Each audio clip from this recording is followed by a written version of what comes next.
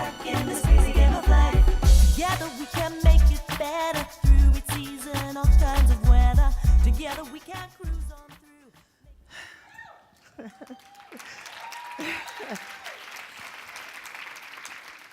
So if you are a Pittsburgher, you know about Kennywood Park. And you know the rite of passage it is to turn 9, get the size of Henry, and translate out of the kiddie-land rides into the big park. My community, Soho back then, now called Uptown, was huge on Kennywood Park back in the mid-50s, at least 3 times a summer. And the J&L picnic was the big one. We went en masse. And finally, it was my time. Go into the big park. I had an 8-year-old cousin who had already been in the park about a year. Everybody knew I was ready. I was ready. But when the time came, my legs wouldn't move. I'm under the Pluto archway, and she says, we don't ride there anymore. Let's go. Grabbed my arm, headed into the big park, and I was trapped.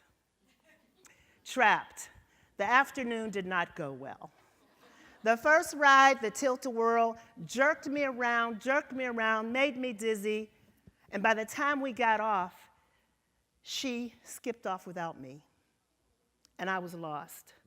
I was lost in the big park for the rest of the afternoon, taken off to the Lost and Found to be retrieved by my mother.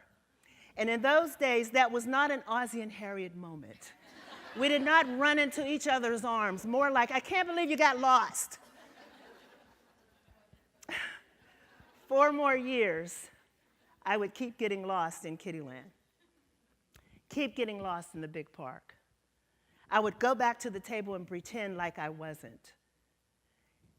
The truth is, I really could find my way around. I just didn't believe I could. And if I knew anything about personal truth then, I would know that my personal truth was that I would have preferred to stay in Kiddie-land until I was way too big for the rides, where it was safe and secure. I knew my way back, but I didn't believe I knew my way back. And that nasty little affliction I took with me into my adulthood. So we married, me and Ronald. We went off to travel with his job. We had the kids, and I began to hide behind secretarial work. It was good work. It paid the bills, it took care of the kids. But I kept getting encouraged by others, you should do more, you should do more. You should write, you're a good writer. You could run this program, but I wouldn't do it because I was afraid to get in that big park. Until finally, one of these jobs, these secretarial jobs, was done with me. Because did I tell you I was only mediocre? A mediocre secretary for 20 years. There is a reason for that. So after being fired, 2 weeks later, a friend of mine that owned a newspaper said, come down here and be an editor. And I'm like, what's an editor? I was prepared to say no, but I went anyway, and then I was getting paid to write, paid to interview people. And I was still looking for Kiddie-land, though, because I was applying for secretarial jobs.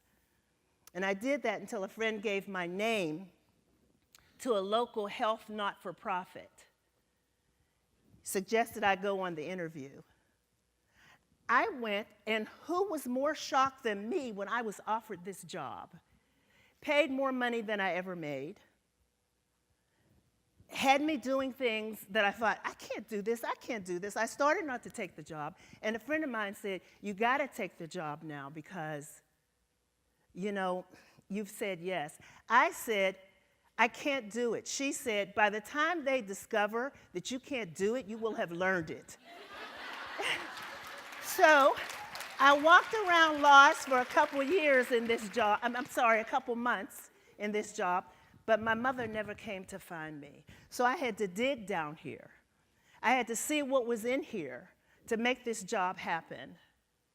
And 12 years later, 9 Platinum Impact Awards, for the cancer education programs I did in the community, award-winning stories for the New Pittsburgh Courier, and then I founded Softer Side Seminars, an empowerment program for women and girls designed to help them recreate the way they see themselves, to give them the power to step outside kiddie-land, to give them the power to accept their value.